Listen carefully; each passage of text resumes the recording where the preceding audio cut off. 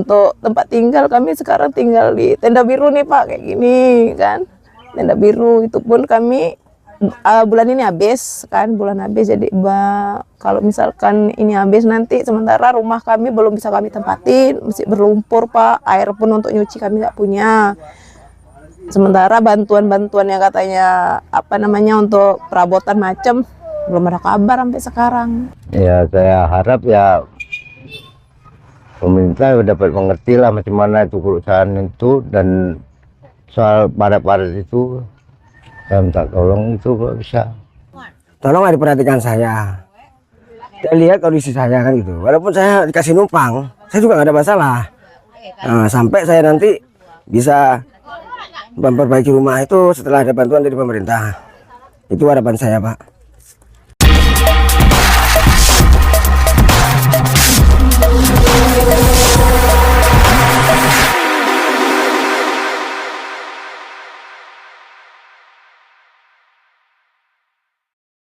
Halo, assalamualaikum, selamat pagi kawan-kawan vlog jurnalis Kutaraja. Nah, pagi ini kita akan melakukan perjalanan liputan ke lokasi sholat Idul Fitri di kawasan Sekolah Simpang, kemungkinannya Aceh Tamiang, untuk melihat bagaimana sih kondisi para penyintas korban banjir di Hari Raya Idul Fitri kali ini.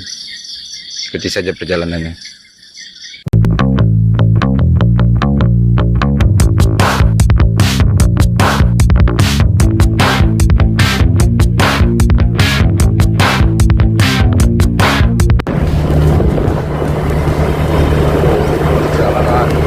Liputan.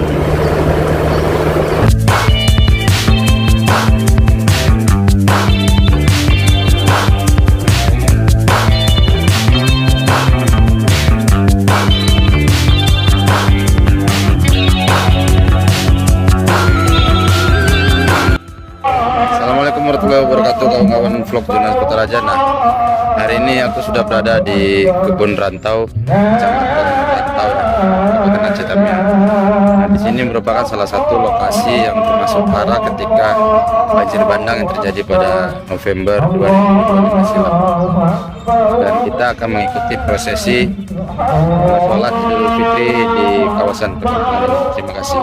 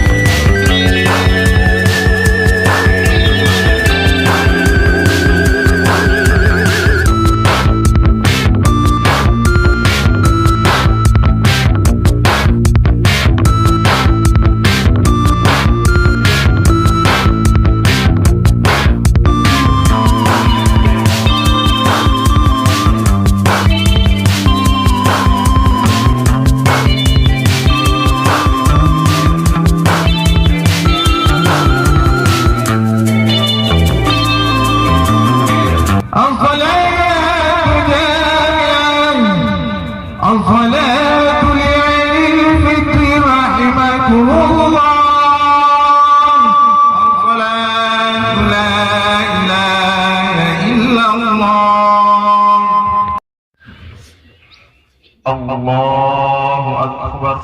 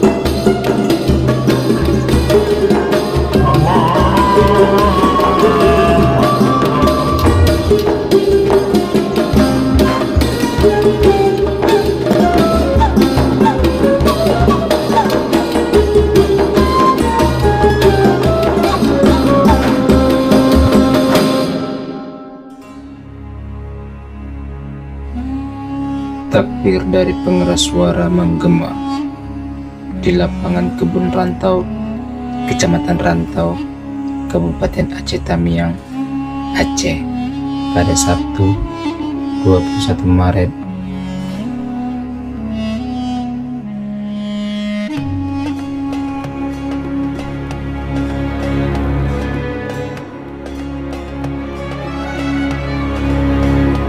Lapangan bola yang sebagian sisinya sejak 3 bulan terakhir disulap menjadi lokasi pengungsian mulai didatangi orang-orang.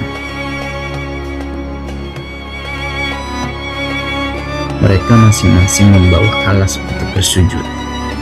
Setiap laki-laki mengenakan sarung dan peci, sementara para perempuan menggunakan mukena.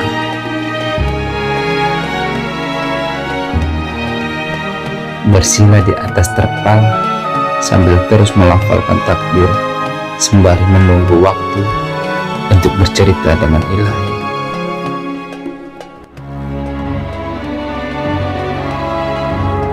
Beberapa saat kemudian Ilahi menyuruh para jemaah. Mereka berdiri, anak-anak hingga orang tua berbaris sesuai saf. Jajaran tanda biru serta rumah yang kerap disebut hunian sementara atau huntara menjadi latar.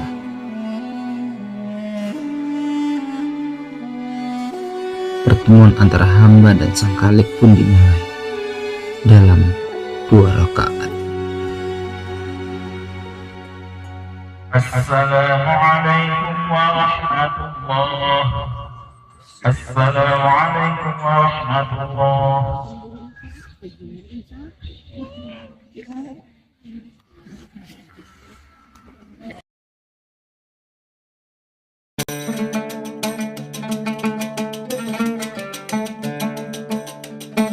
Lebih kurang 119 hari atau tepatnya sejak 26 November 2025, tanah hingga rumah mereka tertimbun lumpur.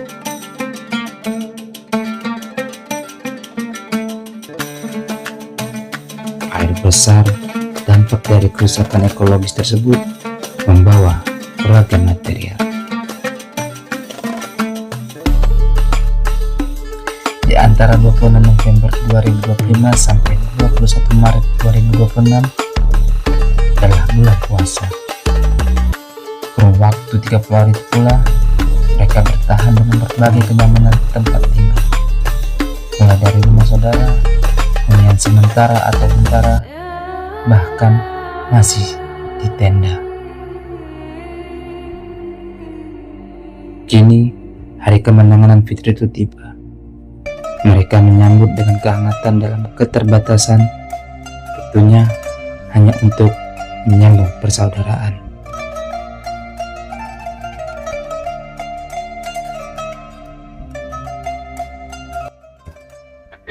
Pak, bisa boleh dijelasi Pak bagaimana kondisi hampir 4 bulan kita di pengungsian ini Pak? Ya, saya sudah 4 bulan lah, hampir 4 bulan pengungsian ini. Cuma saya udah pindah dari sini ke rumah saya sendiri. Rumah saya itu ya sebelumnya memang hancur, tetapi ya kami tempel-tempel lah itu, membersihkan rumput cukup lama. Nah, ini pun kamar mandi pun belum juga selesai juga, pembuangan air. Ya cukup letih lah udah ngerja itu. Di sini kapan terakhir Pak harus tinggal Pak, dan kenapa harus pindah? Ya memang udah sebelumnya udah dikasih tahu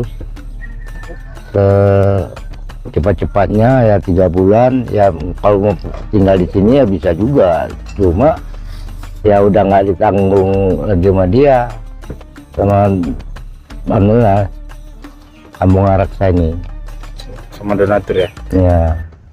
Ya Dari pemerintah bagaimana Pak bantuan? dari pemerintah selama ini ya belum ada. Minim ya Pak ya? Selama ini belum ada. Kalau bantuan di rumah sendiri Pak bagaimana? Dan kerusakan rumah bagaimana Pak? Kerusakan rumah saya bilang ya rumahnya memang masih ada, cuma dalamnya udah hancur semua, dan pintu-pintu berterbangan, asbes hancur, yang terutama kamar mandi pun, kamar mandi udah nggak bisa layak dipakai lagi udah memang. Artinya kalau untuk ditempati sulit lagi Pak ya, istilahnya kita harus membersihkannya lagi Pak. Iya, betul. Yang sulit bersihkan. Itu Pak kira-kira sekarang udah dibersih atau belum Pak? Kalau ini udah, cuma paretnya yang belum, masih nyendat airnya. Kamar mandi yang terutama memang masih susah. Artinya harus ada bantuan pemerintah juga Pak ya untuk hal itu. Ya memang udah dibantu, cuma belum bersih, namanya bantuan gotong royong untuk itu kan. Ya saya bersihkan sendiri lah tuh, pelan-pelan pun belum, nggak bisa. Ada yang mau disampaikan Pak kepada pemerintah mungkin atau harapannya? Ya saya harap ya pemerintah dapat mengerti lah macam mana itu perusahaan itu, dan soal paret-paret itu saya minta tolong itu kalau bisa. Bang, ini kan hampir 4 bulan ya pasca banjir bandang. Itu bagaimana kondisi kita sekarang Bang di tempat pengungsian ini? Kalau di tempat pengungsian kebetulan kami ini ditampung oleh PT Arsa pada waktu mungkin 2 atau 3 bulan yang lalu lah, atau 2 bulan setengah. Kami ditampung di sini karena keadaan rumah saya terus terang memang separuh hanyut dan separuh lagi ya nggak layak ditempati, maka saya ditampung di sini. Abang sendiri ada dapat huntara nggak Bang? Nggak dapat. Ada dijelaskan kenapa nggak dapat Bang? Ya katanya itulah dikategorikan rusak ringan. Terus saya ada disuruh buat sanggahan. Saya udah buat sanggahan, tapi nama saya nggak keluar juga sampai saat ini. Sebenarnya kondisi rumah kita gimana Bang kehancuran? Kalau kehancuran rumah saya, ya bisa dikatakan separuh udah nggak ada Pak, hanyut, total hanyut.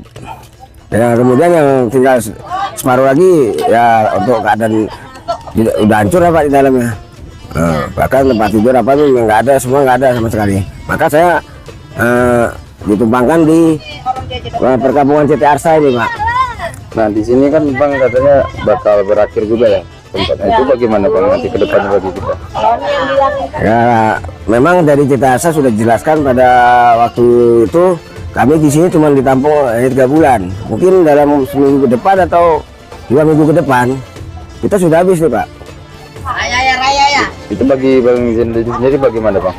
Kan rumah apakah sudah diperbaiki atau belum? Belum. Itu bagaimana nanti? Ya mungkin saya akan bertahan di sini sampai mungkin nanti ada bantuan dari pemerintah, bisa saya perbaiki rumah saya. Ada yang mungkin Bang Zainuddin ingin sampaikan kepada pemerintah Bang? Nah, yang ingin saya sampaikan begini Pak, karena saya ini gini, saya sudah mengusulkan kepada Datuk bahwasanya tolong diperhatikan saya. Saya lihat kondisi saya kan gitu, walaupun saya dikasih numpang, saya juga nggak ada masalah. Sampai saya nanti bisa memperbaiki rumah itu setelah ada bantuan dari pemerintah. Itu harapan saya Pak.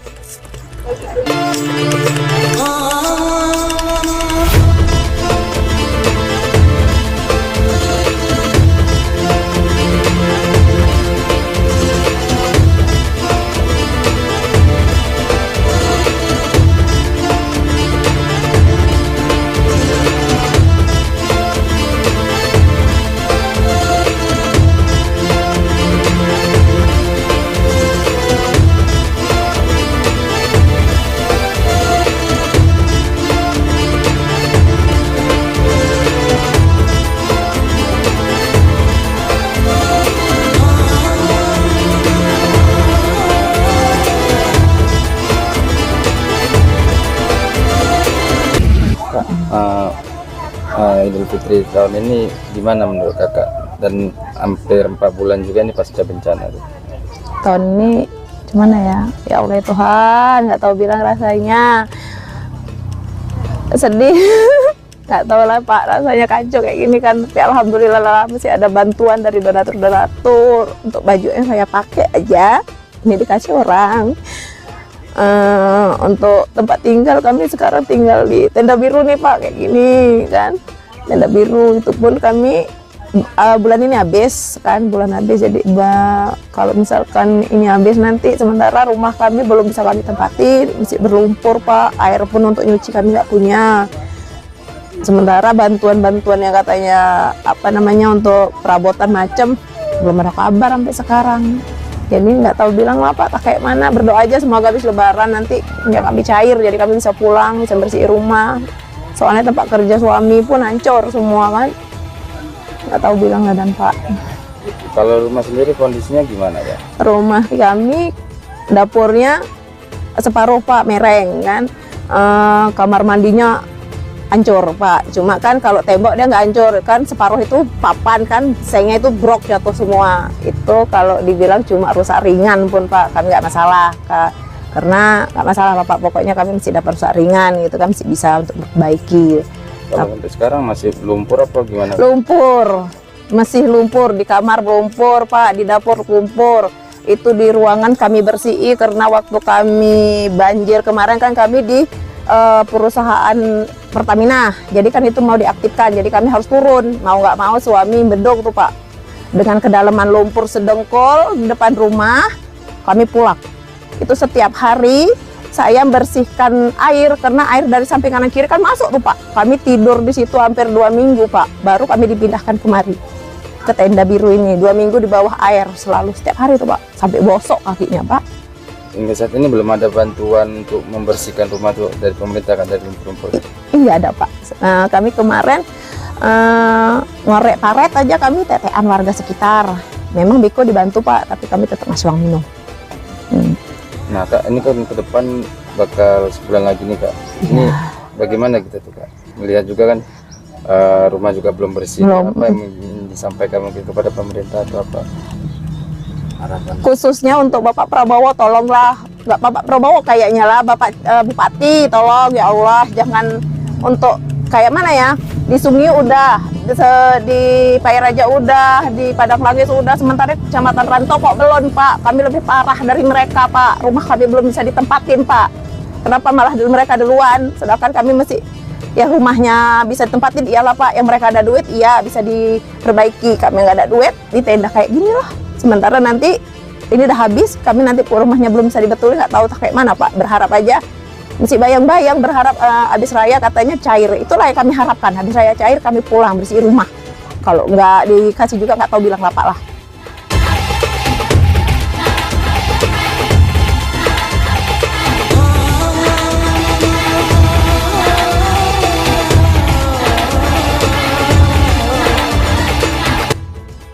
Halo kawan-kawan vlog Jurnal Kutaraja, kita akhirnya sudah melakukan beberapa wawancara dan juga mengambil beberapa gambar terhadap para penyintas yang masih tinggal di tenda dan juga mereka yang tidak mendapatkan bantuan sementara.